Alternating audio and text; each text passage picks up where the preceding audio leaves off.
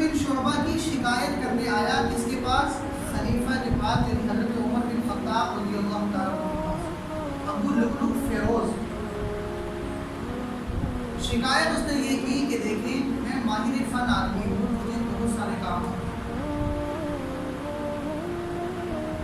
اور جو عام غلاموں پر ٹیکس لگا ہوا ہے نا، یعنی پہلے لوگ لوگوں کو خریدتے تھے تو غلام بنتے تھے، پھر ان سے کام لیتے تھے، پھر جب وہ کام کرتے تھے تو آدھا مالک کے پاس جاتا تھا تو آدھا غلام کا ہوتا۔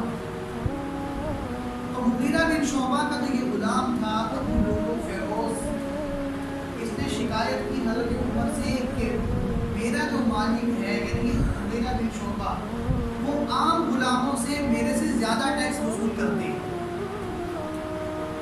تو میں آپ کے پاس شکایت لے کر آیا ہوں کہ آپ میرے مالک کو سمجھائیں کہ وہ میرا ٹیکس اور لوگوں کے برابر کر دیں۔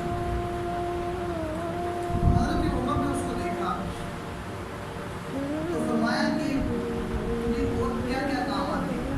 ایک تو کام تو صرف مغیرہ بن شعبہ لکھ رہے گا، اس کے علاوہ تجھے اور کیا کام ہے؟ تو اس نے اپنے کام گنوائے کہ مجھے یہ کام بھی آتا ہے، مجھے یہ کام بھی آتا ہے، مجھے یہ کام بھی آتا ہے، مجھے یہ کام بھی آتا ہے۔ آپ نے فرمایا تو ماہر فن آدمی ہے، تو سارے کام کر سکتا ہے، اگر تیرا مالک تیرے سے دگنا ٹیکس لیتا ہے تو اس نے تجھے خریدا بھی انہی صفات کے پیسے دے کر ہوگا نا۔ غلام کو اس کی صفات دیکھ کر خریدا جاتا تھا نا، اس کی قیمت اس کی صفات دیکھ کر۔ ایک غلام ہے، اس کو تندور کا کام بھی آتا ہے، اس کو سلائی کا کام بھی آتا ہے، ٹھیک ہے، اس کو غلہ بانی بھی آتی ہے، اس کے اندر مختلف کوالٹیز ہیں، تو اب بیچنے والا ریٹ بھی ان کوالٹیز کے لگاتا تھا کہ دیکھو اس بندے کو اتنے اتنے کام آتے ہیں لہٰذا اس کا ریٹ یہ ہے۔ تو فرمایا کہ تیرے اندر اتنی صلاحیت ہے، اتنے کام تجھے آتے ہیں، تو مغیرہ بن شعبہ نے جب تجھے خریدا ہوگا تو ظاہری بات ہے انہوں نے پیسے بھی تیرے پر زیادہ ہی ادا کیے ہوں گے۔ اگر وہ تیرے سے دگنا ٹیکس لے رہے ہیں اس میں کوئی مسئلہ نہیں، اس کو غصہ آ گیا۔ اور پھر فرمایا حضرت عمر رضی اللہ تعالیٰ عنہ نے کہ میری بات سنو، تمہیں چکی بنانی آتی ہے؟ کہاں آتی ہے؟ تو کہا میرے لیے نا آپ ایک چکی بھی بنائیں۔ اس سے فرمائش کر دی اسی غلام سے جس کا نام کیا تھا؟ ابو لؤلؤ فیروز، میرے لیے ایک چکی بناؤ جو ہوا سے چلتی ہے۔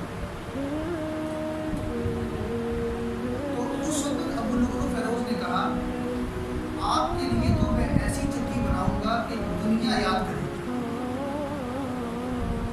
حضرت عمر کو ایک الفاظ کہے چلا گیا۔ آپ کے پاس دو بندے بیٹھے ہوئے تھے، آپ نے فرمایا تمہیں پتہ ہی کیا کہہ گئی ہے؟ انہوں نے کہا آپ نے کہا نا چکی بناؤ، اس نے کہا کہ آپ کے لیے ایسی چکی بناؤں گا کہ دنیا یاد کرے گی۔ آپ نے فرمایا مجھے قتل کی دھمکی دے کر چلا گیا،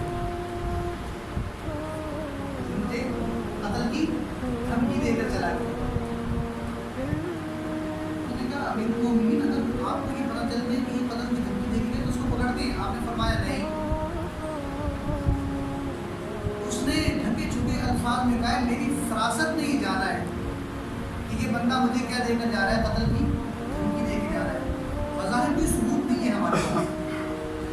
اس نے یہ نہیں کہا میں آپ کو قتل کروں گا، میں نے اسے کہا کہ چکی بنا کے دے، تو اس نے کیا کہا آپ کو ایسی چکی بنا کے دوں گا کہ ساری دنیا یاد کرے گی۔ اس سے حضرت عمر کی فراست کو بھی سمجھ میں آتا نا کہ کتنی فراست تھی ان کے اندر۔ ابھی تو فتنوں کی روک تھام کے ذریعہ بنے ہوئے تھے کہ سامنے والا